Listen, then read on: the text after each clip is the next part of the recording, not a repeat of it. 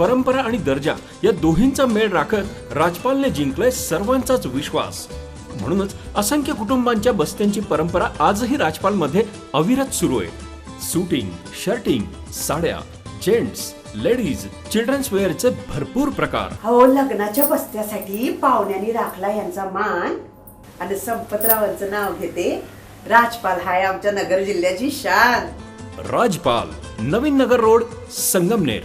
विश्वसनीय कापडांची अखंड परंपरा। श्रीगोंदा ग्रामस्थांच्या वतीनं आमदार विक्रम पाचपुते यांचा सत्कार केला गेला। तर आधुनिक तालुका होण्यासाठी प्रयत्न करणार असल्याचं आमदार विक्रम पाचपुते यांनी म्हटलंय। योग्य वेळी शेतीला पाणी मिळण्याची गरज असते, त्यासाठी घोडकुकडीच्या पाण्याचं योग्य पद्धतीनं नियोजन करणं गरजेचं आहे आणि त्यासाठी प्रयत्न सुरू केलेत। तर श्रीगोंदा शहर विस्तारीकरणासाठी मोठी बाजारपेठ उपलब्ध होणं गरजेचं आहे, त्यासाठी देखील स्थानिक व्यावसायिकांच्या सोबत बैठका घेऊन शहराची बाजारपेठ कशी वाढवता येईल यासाठी प्रयत्नशील असल्याचं नवनिर्वाचित आमदार विक्रम पाचपुते यांनी श्रीगोंदेकरांना सांगितलंय। श्रीगोंद्यात ग्रामस्थांनी आयोजित केलेल्या नागरी सत्कार समारंभाप्रसंगी आमदार विक्रम पाचपुते बोलत होते। संत शेख मोहम्मद महाराज मंदिरामध्ये मोहम्मद महाराजांना शेरा चढवत ग्रामस्थांचा सत्कार आमदार पाचपुते यांनी स्वीकारला। आज श्रीगोंदा शहराच्या वतीने नवनिर्वाचित आमदार विक्रमदादा बबनराव पाचपुते यांचा शहराच्या वतीने ज्या नागरी सत्कार ठेवला होता, ते सत्कार श्रीगोंदा शहराच्या वतीने सत्कार झाला।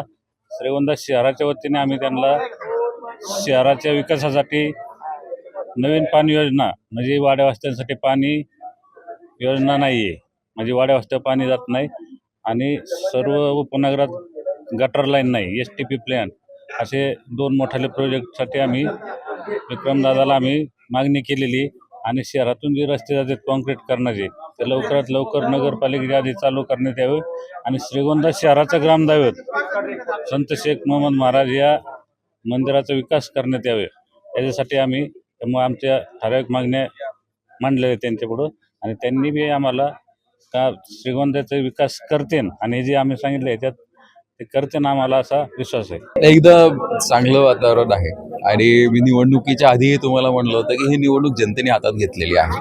म्हणजे सर्व रिपोर्ट्स काही जरी असले तरी निकाल लागल्यानंतर प्रत्येकाच्या लक्षात आलं, कारण ज्या पद्धतीने आमच्याकडे युवकांचा प्रतिसाद होता, ज्या पद्धतीने आमच्याकडे ज्येष्ठांचं मार्गदर्शन होतं, ज्या पद्धतीने आमच्या माता भगिनींचा आशीर्वाद होता, हा नक्कीच निकाल अशाच पद्धतीचा अपेक्षित होता आणि निकाल झाल्यानंतर सुद्धा आत्ताचा जो उत्साह आहे या उत्साहावरनं लक्षात येतं की निकाल हा जनतेला अभिप्रेत होता, जनतेच्या मनातला होता आणि सगळीकडेच उत्साहाने स्वागत होत आहे आणि अशाच उत्साहाने नक्कीच आता जबाबदारी वाढलेली आहे आणि मोठ्या जबाबदारीने काम करण्यासाठी आता आम्ही सज्ज झालेलो आहोत आणि त्या पद्धतीने कामाला लागलो। त्याचं आवर्तन आपण आता कुकडीचं सोडून घेतलेलं आहे।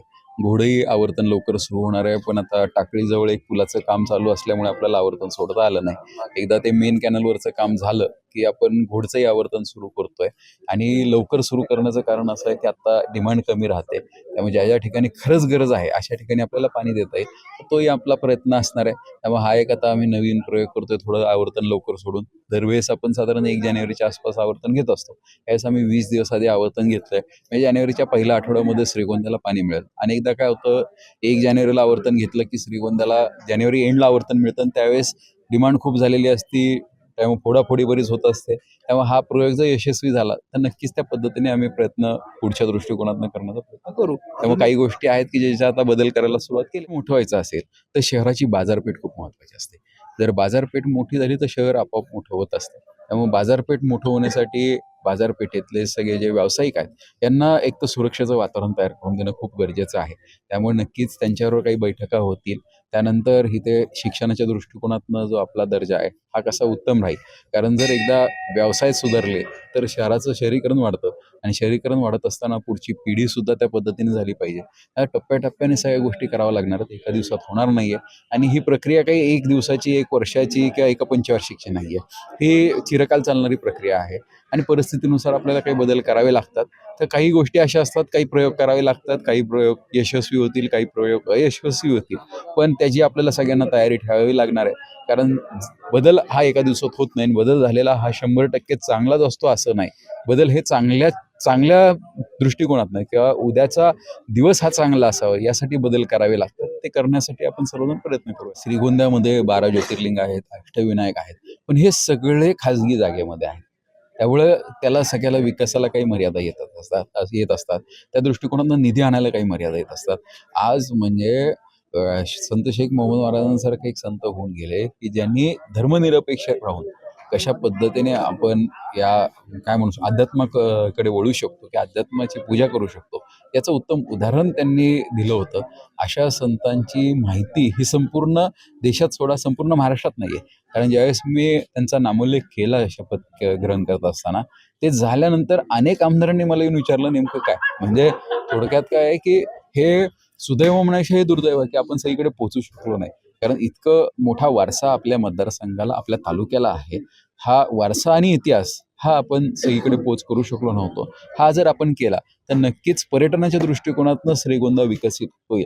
आणि श्रीगोंदा पर्यटन झालं घोषित झालं म्हणजे पर्यटक येतात असं नाही. ते पर्यटकांच्या दृष्टिकोनातनं काय चांगलं आहे, पर्यटकाच्या दृष्टिकोनातनं आपल्याला पर्यटकांपर्यंत हे पोहोचवणं गरजेचं आहे आणि ते नक्कीच पोहोचवण्यासाठी आपण आता सुरुवात करूयात. आणि हे सगळ्या पक्षांना एकत्रित येऊन करावं लागणार आहे, सगळ्या नेत्यांना एकत्रित येऊन करावं लागणार आहे. सर्व जे काय म्हणणार सर्व घटक आहेत समाजातले घटक आहेत, मग काही राजकीय क्षेत्रात काम करणारे असतील, काही सामाजिक क्षेत्रात काम करणारे आहेत, अशा सगळ्यांना एकत्रित येऊन काम करावं लागणार आहे.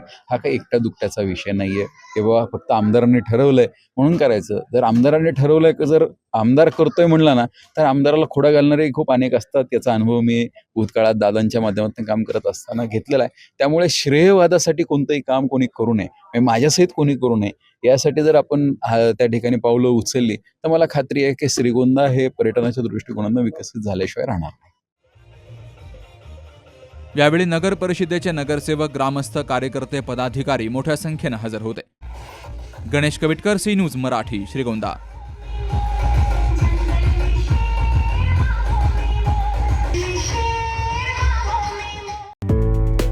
डॉक्टर पावसे अर्धांगवायू पुनर्वसन आणि निसर्गोपचार केंद्र.